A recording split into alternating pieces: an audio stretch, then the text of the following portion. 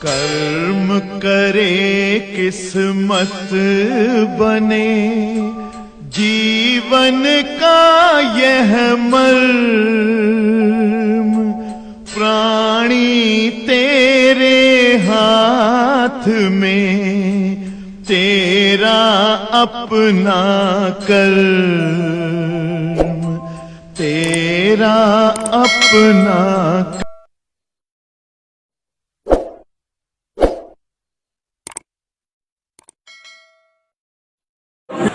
Question number 31 पढ़ रहे हैं, ध्यान सुनिएगा। एक चांदी के तार का 0 डिग्री सेंटीग्रेड पर प्रतिरोध 1.25 ओम है। इसके प्रतिरोध को दुगना करने के लिए इसे किस ताप तक गर्म करना होगा? चांदी का प्रतिरोध ताप गुणांक 0.00375 प्रति डिग्री सेंटीग्रेड है। क्या यह चांदी के लिए, सभी चालक के लिए यही ताप होगा?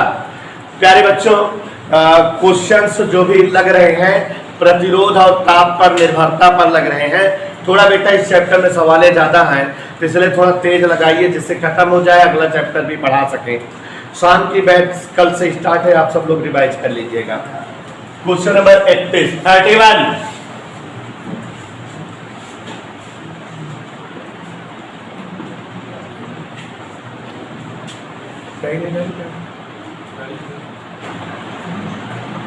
क्वेश्चन नंबर 31 देखो जरा, जो दिया है। कह रहा है 0 डिग्री सेंटीग्रेड पर प्रतिरोध 1.25 ओम है। 0 डिग्री सेंटीग्रेड पर प्रतिरोध R0 दिया हुआ है। यहां पर देखिए जरा 1.25 ओम। 0 डिग्री सेंटीग्रेड पर प्रतिरोध 1.25 ओम ये दिया हुआ है बच्चों।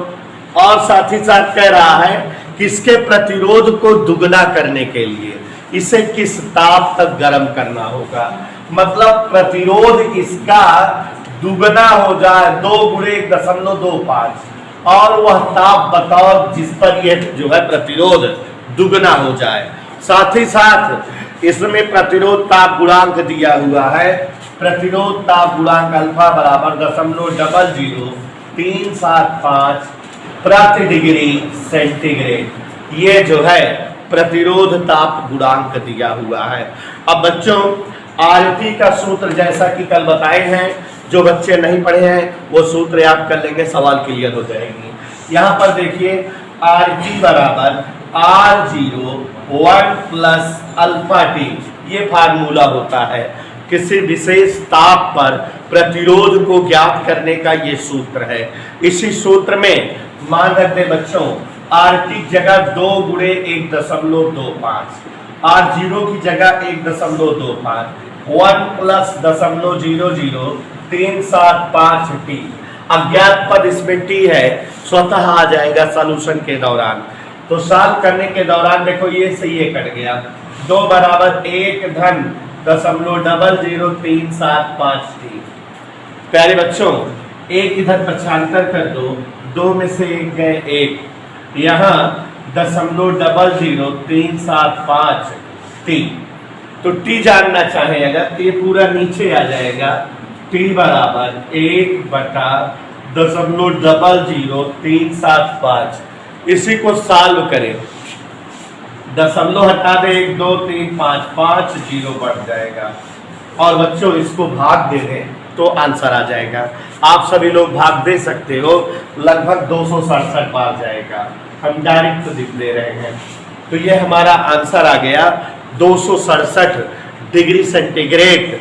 पता लग गया प्रतिरोध जो है इतने ताप पर डबल हो जाएगा। क्वेश्चन नंबर 32 पढ़ रहे हैं।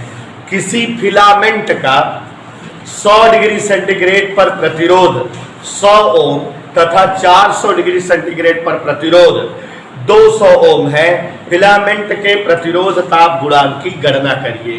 क्वेश्चन नंबर 32 है, और बच्चों ध्यान से देखते रहिए। क्वेश्चन नंबर 32 कह रहा है कि किसी फिलामेंट का 100 डिग्री सेंटीग्रेड ताप पर प्रतिरोध, 100 डिग्री सेंटीग्रेड ताप पर प्रतिरोध माने R100 दिया है। 100 ओम कह रहा है 100 डिग्री सेंटीग्रेड ताप पर प्रतिरोध 100 ओम है, R100 लिख दिए 100 ओम। 400 डिग्री सेंटीग्रेड ताप पर R 400, प्रतिरोध 200 ओम हो गया। कह रहा है 100 डिग्री सेंटीग्रेड ताप पर प्रतिरोध 100 ओम है और 400 डिग्री सेंटीग्रेड ताप पर प्रतिरोध 200 ओम है। तो हमें जो है प्रतिरोध ताप गुणांक अल्फा की गणना करनी है। तो आप लोग बेटा इसी सूत्र का प्रयोग करेंगे और आ जाएगा। कैसे देखो, RT बराबर R01 प्लस अल्फा टी, ये सूत्र है। इसी सूत्र का अगर हम प्रयोग करें तो देखिए जरा, RT बराबर R01 प्लस अल्फा टी, ये फार्मूला आपको बताया गया है। इस फार्मूले का अगर हम प्रयोग करें, ध्यान से देखिए जरा, RT बराबर R01 प्लस अल्फा टी का प्रयोग करें। RT पहले R 100 है, 100 ओम, यहां 100 लिख दे पहले वाली शर्त के लिए। R0 नहीं मालूम, 1 प्लस अल्फा नहीं मालूम, T की जगह 100 डिग्री सेल्सियस। ये एक समीकरण बन गया बच्चों। दूसरी शर्त में आओ। दूसरा शर्त में प्रतिरोध 200 ओम है और प्रारंभिक प्रतिरोध 0 वाला प्रतिरोध नहीं पता है। 1 प्लस अल्फा इंटू, अब की बात ताप कितना हो गया, 400 डिग्री सेल्सियस। ये दो समीकरण बन गए। दोनों समीकरणों को सॉल्व कर लेंगे तो अज्ञात पद अल्फा ही है, आ जाएगा। डिवाइड कर दो दोनों को आराम से, समीकरण 1 और 2 को भाग दे दो। समीकरण 2 डिवाइडेड बाई 1, तो समीकरण 2 को 1 से भाग दे दें। तो यहाँ देखो 200 बटा 100, R0 कट जाएगा। 1 प्लस 400 अल्फा बटे 1 प्लस 100 अल्फा। कैलकुलेशन है, इजीली आप देखिए जरा, ये दोनों 100 दूनी 200, तिरछा गुणा कर दे, इसका गुणा इसमें 1 प्लस 400 अल्फा, यहाँ 2 एकम 2, 100 दूनी 200 अल्फा। अल्फा वाले टर्म एक तरफ कर दे, 400 में 200 घट जाएगा, 200 अल्फा, 2 से 1 उधर जाएगा, 1 आ जाएगा। तो अल्फा बराबर बच्चों 1 बटा 200, और किसी भी प्रसार गुणांक का मात्रक प्रति डिग्री सेंटीग्रेड होता है। ये हमारा जो है पता लग गया अल्फा की वैल्यू। हम चाहे तो इसको और डिवाइड भी कर सकते हैं। 0 लगाए 10 हो गया, 0 बढ़ाए 100 हो गया, और 0 बढ़ाए तो 1000 हो गया। तो 0.05 प्रति डिग्री सेंटीग्रेड, ये हमारा आंसर आ गया। देखिए जरा 33, ये सवाल 2015, 2015 में और 2016 में आ चुकी है। एक प्लेटिनम प्रतिरोध तापमापी में लगी कुंडली का प्रतिरोध 0 डिग्री सेंटीग्रेड ताप पर 3 ओम तथा 100 डिग्री सेंटीग्रेड ताप पर 3.75 ओम है। किसी अज्ञात ताप पर इसका प्रतिरोध 3.15 मापा जाता है। ज्ञात करिए अज्ञात ताप क्या होगा। देखो बेटा, हमने बताया कि ये क्वेश्चन आप लोगों के 2015-16 के एग्जाम में आया हुआ था, तो ध्यान दीजिए, समझ में आएगा। जब तक फार्मूले आपको नहीं याद रहेंगे तब तक कोई भी सवाल आप लगा नहीं सकते किसी कीमत पे। तो ये इतना ध्यान रखिए बेटा कि फार्मूला जरूर याद करिए। सवाल में फार्मूले बताओ, हम 32-33 सवाल लगा चुके, फार्मूले नहीं याद आपको। एक प्लेटिनम प्रतिरोध तापमापी में लगी कुंडली का प्रतिरोध 0 डिग्री सेंटीग्रेड ताप पर 1 ओम। कह रहा 0 डिग्री सेंटीग्रेड ताप पर प्रतिरोध 1 ओम। 0 डिग्री सेंटीग्रेड ताप मतलब R0, 0 वाला प्रतिरोध मतलब R0 दिया है 1 ओम। ध्यान दीजिएगा, जो जो दिया है लिख रहे हैं, अपने आप आएगा क्वेश्चन। फिर कह रहा है 0 डिग्री सेंटीग्रेड ताप पर प्रतिरोध 3 ओम तथा 100 डिग्री सेंटीग्रेड ताप पर 3.75 ओम। 100 डिग्री सेंटीग्रेड ताप पर प्रतिरोध 3.75 ओम। जो जो दिया है राइट कर रहे हैं, ध्यान से देखिएगा। किसी अज्ञात ताप पर इसका प्रतिरोध 3.15, RT बराबर 3.15। अज्ञात ताप T पर इसका प्रतिरोध 3.15 ओम है। कह रहा अज्ञात ताप की गणना करिए। अज्ञात ताप T बताइए। एक बार फिर से प्रश्न हम पढ़ रहे हैं, बोर्ड पर है, ध्यान से सुन लीजिएगा। 0 डिग्री सेंटीग्रेड ताप पर प्रतिरोध 3 ओम मतलब R0 दिया हुआ है। 100 डिग्री सेल्सियस ताप पर प्रतिरोध ज्यादा हो गया 3.75 ओम, R100 दिया है। और उसके बाद T डिग्री सेंटीग्रेड ताप पर माने अज्ञात ताप पर प्रतिरोध RT 3.15 ओम दिया है। हमें अज्ञात ताप T का मान बताना है। तो जैसे अभी सवाल सूत्र बना के समीकरण बना के लगाए थे वैसे ही समीकरण बना के लगाते हैं, स्वतः अपने आप अज्ञात टर्म आ जाएगा। यहाँ फिलहाल अल्फा नहीं पता है तो पहले अल्फा निकाल लें। अल्फा का सूत्र होता है, याद करिए, अल्फा बराबर हमने आपको लिखाया है R100 माइनस R0 अपान R0 इंटू 100। ये अल्फा के सूत्र देखो बेटा, प्रतिरोध और ताप से निर्भरता के दो ही सूत्र लिखाए थे, एक अल्फा का सूत्र लिखाए थे और दूसरा अज्ञात ताप पर प्रतिरोध का। तो यहाँ पर देखिए जरा, R100 माइनस R0 अपान R0 गुणे 100 ये सूत्र है ताप प्रसार गुणांक निकालने का। मान रख दीजिए इसमें सभी चीजों का। R100 यहाँ पर देखो जरा, 100 डिग्री सेल्सियस पर प्रतिरोध 3.75, 0 पर प्रतिरोध 3 ओम, 3 गुणे 100 कैलकुलेशन करेंगे आंसर आएगा 3.75 से 3 घटा देंगे तो 0.75 बटे 3 गुणे 100। और आगे देखिए 3 से ये कट जाएगा, 25 3 75, 0.25 बटे 100, 0.25 बटे 100। ये हमारा अल्फा आ गया। हमें अल्फा नहीं बताना है, हमें अज्ञात ताप T बताना है। ये T क्वेश्चन मार्क है। तो अब सूत्र लगा दीजिए, RT बराबर जो अभी लगाए थे थोड़ी देर पहले, R0 1 प्लस अल्फा T। प्यारे बच्चों इस सूत्र का प्रयोग करते हैं, RT बराबर R0 1 प्लस अल्फा T। तो देखिए जरा, RT दिया है प्रतिरोध 3.15, R0 3 ओम, 1 प्लस अल्फा जगह ये लिख दें जो अभी अभी निकाले हैं 0.25 बटे 100 गुणे T नहीं मानो, इसे ही पता करना है। तो 3 से ये कट जाएगा, 3 एकम 3, 3 पचे 15, 1.05। और यहाँ बेटा 100 एकम 100, 100 धन 0.25 T बटा 100। ओके, तिरछा गुणा कर दे, कैलकुलेशन कर रहे हैं, तिरछा गुणा कर दे, 100 का इसमें गुणा हो जाएगा 105 बराबर 100 प्लस 0.25 T।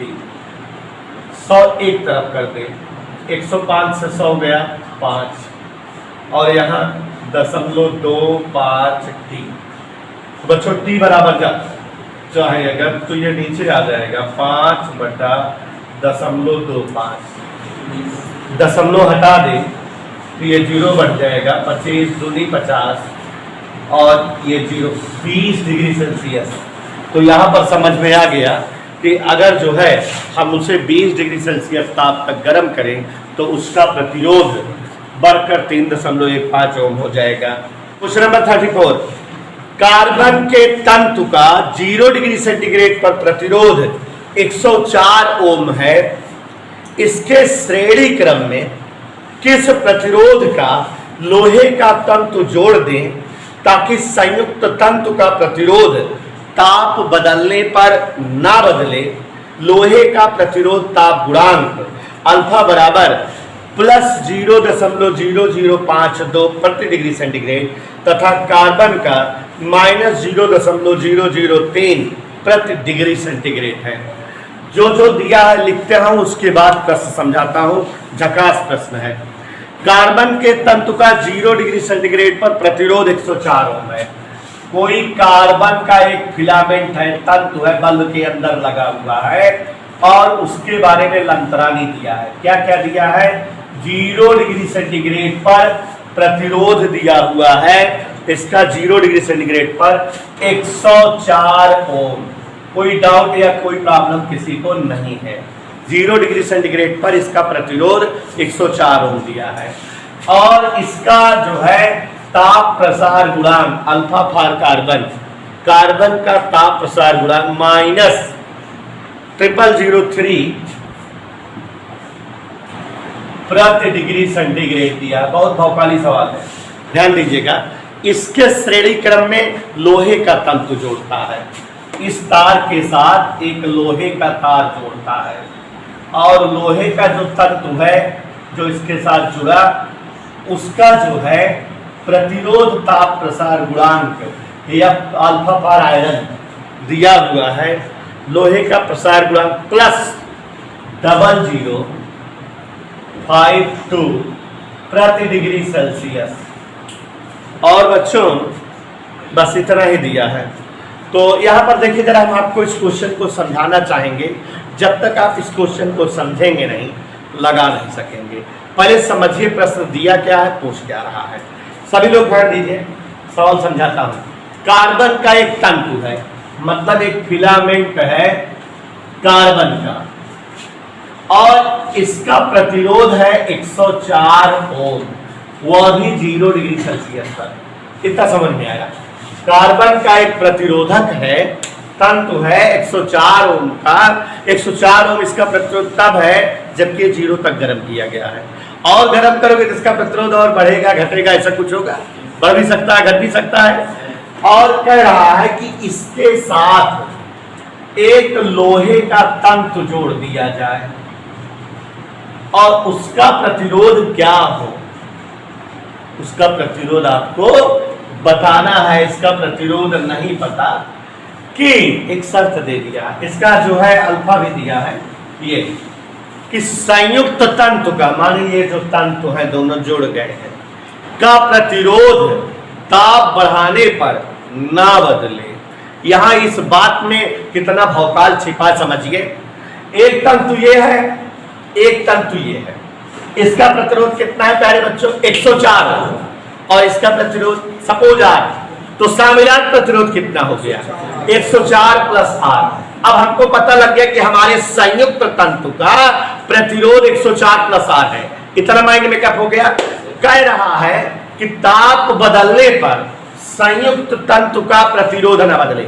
माने अगर अभी दोनों का ताप 0 पर है, दोनों तंतु को उठा के आग में डाल दे, गर्म कर दे 10 डिग्री सेल्सियस पर, उसके बाद भी प्रतिरोध 104 प्लस आर ही रहे। सवाल यही कह रहा है कि ताप बदलने पर प्रतिरोध इसका ना बदले। क्या ऐसा संभव है? क्वेश्चन कह रहा है कि इस प्रतिरोध का मान बताइए जबकि ताप बदलने के साथ इसका प्रतिरोध नहीं बदल रहा है। तो ताप बदलने के साथ प्रतिरोध नहीं बदल रहा है, हम ताप बढ़ा रहे हैं, दोनों गर्म कर रहे हैं, खूब गर्म कर रहे हैं, खूब गर्म, तो दोनों का प्रतिरोध तो बढ़ जाना चाहिए। जो शामिलात या संयुक्त प्रतिरोध जो इस समय 104 प्लस आर है, इसका मान बढ़ जाना चाहिए कि नहीं? भाई हमको पता है ताप बढ़ाने पर प्रतिरोध बढ़ता है, तो शामिलात प्रतिरोध बढ़ जाना चाहिए था कि नहीं? भाई ताप बढ़ाएंगे तो इसका भी मान बढ़ेगा और इसका भी मान बढ़ेगा, तो शामिलात प्रतिरोध बढ़ जाएगी कि नहीं? लेकिन क्वेश्चन क्या कह रहा है? क्वेश्चन कह रहा है कि शामिलात प्रतिरोध ना बढ़े। अब देखो जरा, मेरे पास 2 जेब है, एक जेब यहां लगी है, एक जेब यहां। इस जेब में हमने 70 रुपया रखा है और इस जेब में हमने 30 रुपया। 70 और 30 100। शामिलात पैसा हमारे पास कितना है? 100 रुपया।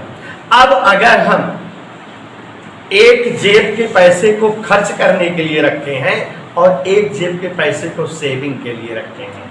एक लड़का आया, उसको मैं गुब्बारा दिला दिया 10 रुपए का, तो जो जिस जेब में 30 था 10 खर्च कर दिया, बचा 20। और फिर हमारी कमाई भी अगर 10 हो जाए, 10 इसमें डाल दें तो ये हो जाएगा 80। 80 20 फिर कितना टोटल पैसा हो गया? बात समझ में आ गई? जितना ये घटे उतना इधर वाला, तो शामिलात बराबर पैसा 100 हमेशा बना रहेगा कि नहीं? तो वही कहानी यहाँ है। ये दोनों तार जो एक रेड कलर का दिख रहा है, एक ब्लैक कलर का, एक जो है कापर का है, एक लोहे का जो बनाए हैं, दोनों का संयुक्त प्रतिरोध शामिलात प्रतिरोध नहीं बदल रहा है ताप बढ़ाने पर।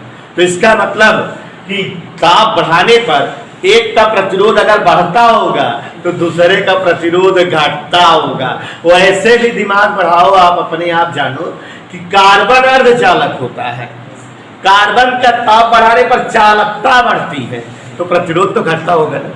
तो इसका मतलब इसका प्रतिरोध बढ़ता है और इसका प्रतिरोध घटता है। और एक बात मतलब समझ में आ गई कि किसी भी ताप पर जितना इसका प्रतिरोध बढ़ता होगा उतना इसका प्रतिरोध, मतलब जैसे अभी 104 और आर मतलब मिलके 104 प्लस आर है, 10 डिग्री सेंटीग्रेड तक गर्म किए, अगर इसका प्रतिरोध 5 ओम बढ़ गया होगा तो इसका प्रतिरोध 5 ओम और सामलायक प्रतिरोध फिर इतने बन गया होगा। यही बात समझ में आई ना? तो मतलब और 60 में आओ कि ताप बढ़ाने पर संयुक्त प्रतिरोध नहीं बदल रहा, इसका मतलब ताप बढ़ाने पर दोनों के प्रतिरोध की कमी या वृद्धि बराबर है। जितना इसका प्रतिरोध बढ़ता है उतना इसका प्रतिरोध बढ़ता है, तभी तो संयुक्त का प्रतिरोध बराबर है। ध्यान दीजिएगा मेरी बात का, टेक्निकल सवाल थे, ठीक है। ताप बदलने पर संयुक्त तंतु का संयुक्त प्रतिरोध, गौर से देखिए, नहीं बदलता, वही बना रहता है। ऐसा कब हो सकता है? एक प्रतिरोध जितना बढ़त हो तुरंत दूसरा का उतना एम्प्लाइज। अब अपने आप बताओ, कार्बन का प्रतिरोध बढ़ता होगा घटता होगा? एम्प्लाइज कार्बन तंतु के प्रतिरोध की कमी, इसमें ताप के साथ कमी हो रही होगी, बराबर लोहे के तंतु के प्रतिरोध की वृद्धि। ध्यान दीजिएगा, मतलब डेल्टा आर फार सी कार्बन के तंतु के प्रतिरोध का परिवर्तन बराबर डेल्टा आर फार। इतना ओके, बात समझ में आई? अब थोड़ा सा यहां पर और देखिए, देखो बच्चों, कक्षा 9-10 में आप ऊष्मीय प्रसार गुणांक पढ़ते हो, वैसे प्रतिरोध ताप प्रसार गुणांक होता है। हालांकि हम जो है इस चैप्टर का जो है पढ़ा रहे थे तो डेरिवेशन के रूप में हल्का समझाए थे। क्या होता है ध्यान दीजिएगा, अल्फा ताप प्रसार गुणांक बराबर प्रतिरोध में वृद्धि बटे प्रारंभिक प्रतिरोध गुणे ताप वृद्धि। यह सूत्र होता है। क्या सूत्र होता है? ताप प्रसार गुणांक बराबर प्रतिरोध वृद्धि RT - R0 माने प्रतिरोध वृद्धि बटा प्रारंभिक प्रतिरोध गुणे, तो तिरछा गुणा कर दो, तिरछा गुणा कर दो, तो डेल्टा आर बराबर क्या आ जाएगा? अल्फा R0 आ जाएगा कि नहीं? तो अब यही सूत्र का प्रयोग करेंगे। तो गौर से देखो जरा, इसी सूत्र का प्रयोग करेंगे। यहां पर डेल्टा RC है, अभी हमने बताया डेल्टा आर बराबर R0 into alpha into T. Is that okay? तो R0 किसके लिए? कार्बन के लिए। अल्फा किसके लिए? ताप तो भाई हम जो देंगे वो, ऐसे इसमें भी R0 for iron into alpha for iron into T. T से टी सबके मान जो ज्ञात है रख दो, अज्ञात अपने आप आ जाएगा, ठीक है। तो ज्ञात मान रख दीजिए जरा ध्यान से। R0 for carbon, R0 for carbon alpha 0.0003। Symbol से हमारा कोई फंडा नहीं, वो यहाँ इंगेज हो गया कि इसकी कमी है उसकी वृद्धि है, सिंबल यही बताता है। यहाँ R0 नहीं मालूम भाई, यही पता लगाना है। अल्फा आई, तो अपने आप बच्चों R0 बराबर 104.0003 बटा 0.00552। अरे हो गया, नियर अबाउट में चला जाता। आगे बढ़ते हैं और सभी लोग ध्यान दीजिएगा, थोड़ा सा कैलकुलेशन है। अब बच्चों इसको यहां लगा दे रहे हैं। R0 बराबर कैलकुलेशन है, गौर से देखिएगा, 4 अंक का दशमलव गायब हो गया। 52 दूनी 104, हमारा कैलकुलेशन देखा 104 गुणे 3 बटा 52, 52 दूनी 2 तिहाई, तो आ गया उसका प्रतिरोध कितना आ गया? 6 ओम। 5 क्वेश्चन नंबर 35। एक निर्वात नलिका में एनोड व कैथोड के बीच विभवांतर 480 वोल्ट है तथा 10 सेकेंड में एनोड पर 3 × 10⁻17 इलेक्ट्रॉन टकराते हैं। नलिका का प्रतिरोध क्या है व एनोड पर ऊष्मा उत्पन्न होने की दर बताओ। तो बच्चों जो जो दिया है पहले तो लिख लेते हैं, उसके बाद फिर लड़ाई लड़ते हैं। एनोड और कैथोड के बीच, एनोड प्लेट माने धनावेशित प्लेट, कैथोड प्लेट ऋणावेशित प्लेट, इन दोनों के बीच विभवांतर दिया हुआ है। तो क्यों ना इसको V बराबर करके लिख दें। विभवांतर को V से लिखा जाता है, हमने लिख दिया विभवांतर इसका जो है V बराबर दिया हुआ है 480 वोल्ट। विभवांतर बच्चों V बराबर 480 वोल्ट। Anybody no problem. विभवांतर 480 वोल्ट। फिर कह रहा है 10 सेकंड में एनोड पर 3 × 10⁻17 इलेक्ट्रॉन टकराते हैं। 10 सेकंड टाइम बोले तो 10 सेकंड। नंबर ऑफ इलेक्ट्रॉन, टकराइंग इलेक्ट्रॉन, जो इलेक्ट्रॉन टकराते हैं उनकी संख्या दी हुई है 3 × 10⁻17, 3 × 10⁻17, 3 × 10⁻17 इलेक्ट्रॉन टकरा रहे हैं। नलिका का प्रतिरोध बताइए R और उत्पन्न ऊष्मा की दर। उत्पन्न ऊष्मा की दर माने सामर्थ्य। ऊष्मा दर या ऊर्जा दर क्या होता है? सामर्थ्य। दो चीजें बतानी है। तो प्यारे बच्चों चलते हैं, ध्यान लगाइए यहां। R बराबर ओम चाचा V/R। V तो साक्षात दिया हुआ है। V कैसे दिया हुआ है? साक्षात। I के लिए टेक्निकलिटी दे दिया, T और N दिया है। I बराबर NE/T बताए, तो N × E/T। पहले बच्चों कैलकुलेशन करिए, T ऊपर गया, VT/NE। और बच्चों मान रख देंगे, अपने आप खूबसूरत सा आंसर आ जाएगा। R बराबर, गौर से देखिएगा, V विभवांतर 480, टाइम 10 सेकेंड, यह number of electron 3 × 10⁻17। E electronic आवेश दे रहा है सवाल में, चाहे ना दे रहा है हम जानत रहा। आगे बढ़ जाए, ध्यान दीजिएगा। 4800 यहां गौर फरमाइएगा। 16 × 48, 4.8 गुणे 17 में से 19 गए, -2 यह दशमलव खा लेता हूं। Okay,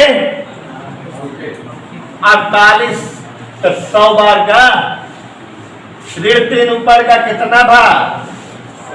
3 2 5। O 1 × 10⁵ Om is the answer of प्रतिरोध फॉर दैट क्वेश्चन। तो यहां पर आ गया 1 × 10⁵ ओम। किताब में इसको लिखा है 100 किलो ओम। समझ गए होंगे आप कि 100 किलो माने 10⁵3, तो 10⁵5 का कन्वर्ट कर देगा, तोड़ देगा। फिर उसके बाद कह रहा है ऊष्मा उत्पन्न होने की दर। ऊष्मा दर माने सामर्थ्य। सामर्थ्य का कई सारा सूत्र बताए हैं। P बराबर B × I, V²/R, I² × R, V²/R, V × I, बहुत सारे सूत्र बताए हैं। तो जो आपको अच्छा लगे वही चॉइस कर लीजिए। तो देखिए हमारे पास R है और V है, तो V² धर दे जरा। V² 480 का 480 से गुणी, और R यक गुणे 10⁵5। 48 के स्क्वायर करा, 8 × 64 की 4 हासिल 4, 8 चौक 32, 32 दूनी 64, 64 और 6 70, 7 4 चौक 16, 7 23। और यहाँ 1 1 2 0 ऊपर जाएगा, 2 2 4 0, 3 2 5, 10⁵5, और ये ऊपर जाएगा ऋण 5, खत्म हो जाएगा। Is that okay? 2.304 जूल प्रति सेकेंड या वाट। ये हमारा जो है आ गया वैद्युत सामर्थ्य। प्रश्न नंबर 36 पढ़ता हूं, यहां से कक्षा 10 आ गया। 36, एक बिजली की प्रेस का प्रतिरोध 44 ओम और इसमें बहने वाली धारा 5 एम्पियर है, तो प्रेस की सामर्थ्य बताओ। जौने जौन देहे बा लिखन। ध्यान दीजिएगा, अब कक्षा 10 की सवालें हैं सभी। बिजली की प्रेस का प्रतिरोध क्वेश्चन के हिसाब से 44 ओम दिया है। बिजली की प्रेस का प्रतिरोध क्वेश्चन नंबर 36, आर बराबर जोर से बोलो 34। इसमें बहने वाली धारा 5 एम्पियर है। बहने वाली धारा 5 एम्पियर, अपने को सामर्थ्य बतानी है। जैसा कि अभी अभी हम बताए थे, there are so many formula for सामर्थ्य। P बराबर B इंटू आई, जो लोग नहीं पढ़े उनके लिए लिख रहा हूं, और एक वीडियो देखिए उसमें पूरा सूत्र लिखा हुआ है। I स्क्वायर इंटू आर या B स्क्वायर बटे R is the formula for निकालिंग वैद्युत सामर्थ्य। तो अब यहाँ पर अपने पास आई और आर है, तो P का कौन सा सूत्र? चुपके से बोलना, 5 गुणे 5 गुणे 44, 55 25 चौका 100, 4 और बचा रहा 1100 वाट। जोर से बोलो क्वेश्चन नंबर 37। 37 60 W 220 वोल्ट तथा 100 W 220 वोल्ट के दुई बल्ब श्रेणी क्रम में जोड़कर 220 वोल्ट मेंस से संबंधित किए गए हैं। इनमें प्रवाहित होने वाली धारा का मान बताओ। देखो अपने पास 2 बल्ब है। How many bulb? 2 bulb. First bulb and second bulb. Look the question. पहले बल्ब पर लिखा है 60 W 220 V, और दूसरे बल्ब पे लिखा है 100 W और 220 V। प्यारे बच्चों, ये जो डबलुआ है ये पावर है, और ये जो V है विभवांतर है। P और V दिया है, तो हम इसका प्रतिरोध निकाल सकते हैं R1। यहां तारो P बराबर क्या है? फिर शब्द कर दो तो R बराबर क्या होगा? V square upon P। Here P here, तो V स्क्वायर अपान P1 और here V square upon P2। Okay, तो अब कैलकुलेशन जल्दी जल्दी वैल्यू दे दें। 220 का स्क्वायर अपान 60। ओके, यहां 220 का स्क्वायर अपान 100। दोनों के प्रतिरोध पता लग गए। सवाल की लंतरानी एक बार समझते हैं। दोनों 220 वोल्ट से संबंधित किए गए हैं। इनमें बहने वाली धारा का मान बताओ। तो देखो बच्चों, श्रेणी क्रम में जुड़े हैं, तो आप जानते हो कि श्रेणी संयोजन में धारा बराबर बहती है, और धारा वही बहती है जो एक में बहेगी, वही सामिलात बहेगी। तो सामिलात वोल्टेज दिया है, सामिलात प्रतिरोध निकाल लो, धारा नहीं आ जाएगी। श्रेणी क्रम में प्रतिरोध का सूत्र क्या होता है? R बराबर R1M R2M। चले, श्रेणी क्रम में R बराबर वैल्यू रखते हैं R1 R2 की 220 का स्क्वायर बटे 60, 220 का स्क्वायर बटे 100। Is that okay? कॉमन क्या है? 220 स्क्वायर 1/60 1/100।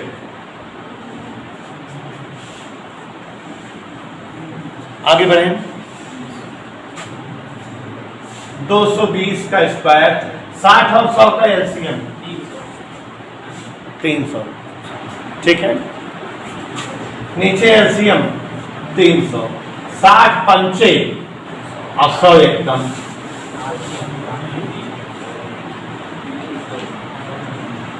6 पंचे, तो ये आर आ गया 220 का स्क्वायर बटे